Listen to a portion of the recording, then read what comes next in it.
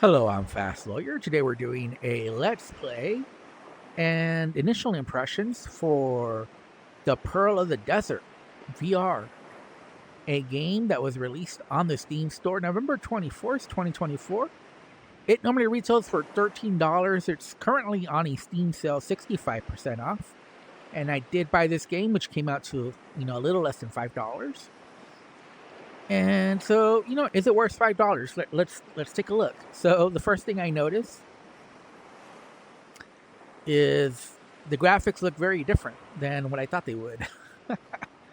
Now, I don't know why, but the graphics here look a lot worse than when you actually get in the water. But these look like Quest level visuals, which is very disappointing.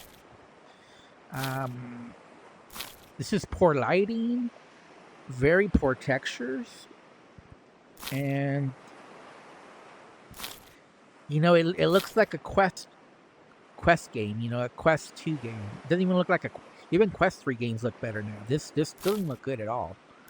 But let's go in the water. You have full locomotion and snap turning. And basically it's very easy to swim. You just go up and down on the joystick. And you basically just go wherever you're looking. So very easy movement. It's not immersive. You cannot swim at all.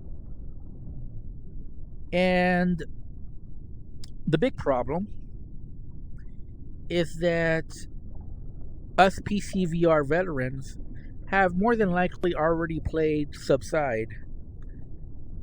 And having played that game, we can see the big difference between Subside and Pearl of the Desert. Pearl of the Desert has visuals that might have been fine in 2017 PCVR, maybe, but they're not fine anymore. We played Subside, so we know how good underwater games can look in VR. And so anybody interested in this title, I would just recommend they save up and buy Subside versus putting any money towards this game, even on sale, even at only $5, because there's just a massive difference between this game and Subside as far as visual fidelity and immersive control. So the swimming in Subside is also just more immersive. It's a lot more fun. So it's not just the better visuals. It's also the controls. You're more immersed. I hear something, but I don't know where it is. I hear it like over here. I don't know if it's over here. Well, now it sounds like it's over there.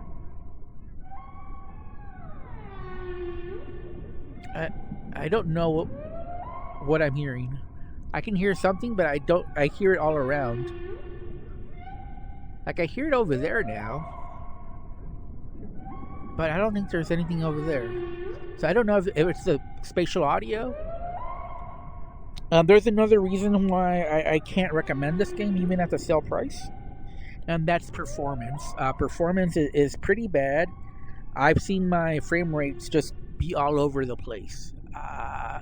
Anywhere from like 35 to 70 frames per second. It's just all over the place. It's just completely variable frame rates, inconsistent. And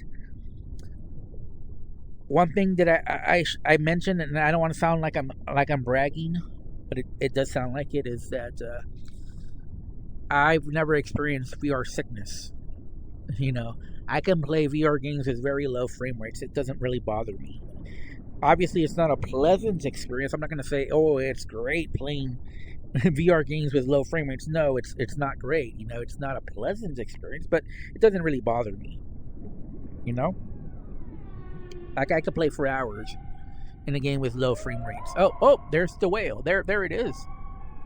I will say that I heard the sound, but I couldn't tell where it was coming from. Like it was all over the place. Sometimes I thought it was behind me. Sometimes I thought it was near me. Sometimes, I could hear the sound, but I just couldn't locate where it was coming from. where I thought it was coming from wasn't where it was. So I would say there's also an issue with the spatial audio as well. This game isn't terrible. Some of the models are not that bad, but it's just such a downgrade from Subside. And by the way, you can go completely through objects. Let me see. Well, not these little ones apparently. But yeah, you can't touch them. There is like a border, so you can't go through all of them. But I know some of them you can go through. Is this a dolphin? No, this is just a big fish. Okay, let's try to explore some more. Let's try to find some good in this game. Let's see if it may be better than I'm thinking it is. But so far, initial impressions, not impressed. And initial impressions, not very good. Initial impressions, wouldn't recommend. Whoa, this is a big fish. What? Are these fish just out of scale? Wow, this is... Well, here I can go. You see, I told you with these bigger fish, you can go through them. There you go. So yeah, you see part of the problem with this. What is this over here? Is this a shark? Oh, this is a great white shark.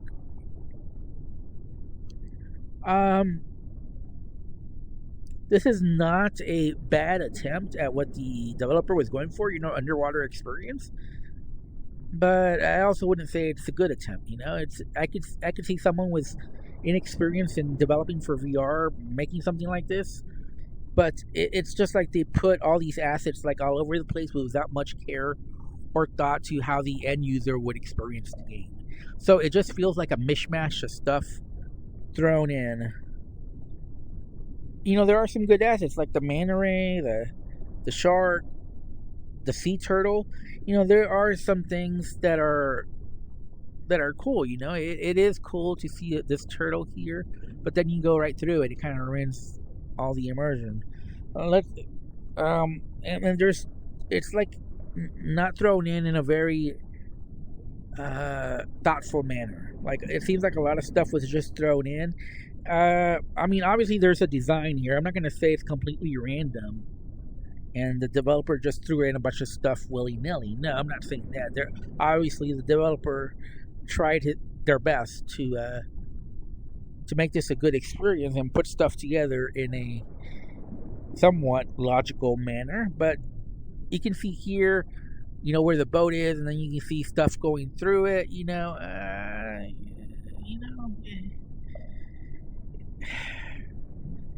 An attempt was made, but unfortunately, with these developers that aren't as experienced or don't have the know-how, it just ends up not being a great experience for the end user, for the gamer like me and you.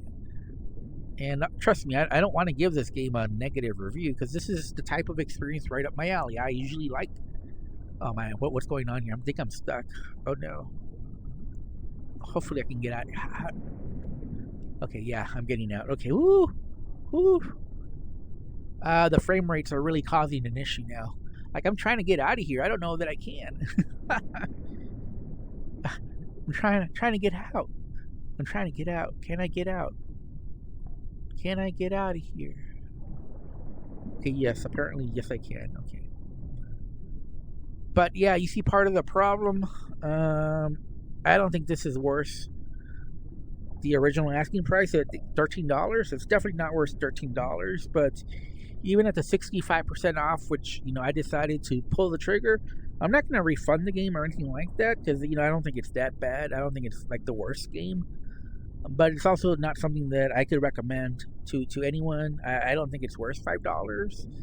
Maybe back in 2017, before I played Subside, I would have said, yeah, for $5, why not? But now, it's just I don't know what the point of this is. I'd rather play Subside for the 100th time than play this one, for the first time. So, yeah, it's not something that I could recommend. Plus, like I said, there's some just technical issues. The frame rates are all over the place. I'm getting anywhere from 30 to 70. Its performance is awful, which again the visuals aren't that good. So you got the double whammy of the visuals not being great. Look at these textures, man. These textures look awful. Look at this. Look at the texture for this. What is this? Is this supposed to be like a submarine? It looks like a cardboard. Oh man, this whatever this 3D model was supposed to be, it looks horrible. Man, it just looks really bad. So obviously, I think part of the problem is there's just too many fish. There's too much vegetation, and it's tanking performance. And so the developer had to make compromises as far as lowering the resolution of some of these textures, but then it makes the game look awful. So yeah, this game wasn't unfortunately, it wasn't from a developer that was very knowledgeable with VR development, and so it ends up not being a very good experience for the end user. If I have to rate it, I would give it a 4 out of 10. Like I said, I don't think it's horrible, but it's not good enough. It doesn't meet the threshold where I could even give it a neutral recommendation. This is pretty bad. Like I said, it's joystick controls. It's snap turning. You basically go where you're looking at, and you can also push up and down on the face buttons, the X or the Y, by the way. But it's just not a very good game. Not a good game. Not well made. There was an attempt. Like I could see the attempt, what the vision the developer was going for, but you know it doesn't look good. You know, it wasn't well arranged. It wasn't well put. It wasn't well optimized. So the whole thing just falls apart under its own weight. But I could see the developer tried, but they just failed. So yeah. Anyways, I'm Fast Lawyer. This has been my Let's Play initial impressions for Pearl of the Desert, and yeah, it's not much of a pearl. Anyways, yeah. So don't waste your $5 if you don't have Subside. Save those $5. Save up and buy Subside, and you'll be a lot happier than buying this game for only $5. Oh look, there's a. Okay, but what? Okay, all right. So there's something you can do, but what for? What's the purpose of that? I have no idea. Anyways, I'm Fast Lawyer. Thanks for watching. If you enjoyed this video, found it useful, don't forget to like, comment, and subscribe. And as always, have a wonderful day. Goodbye.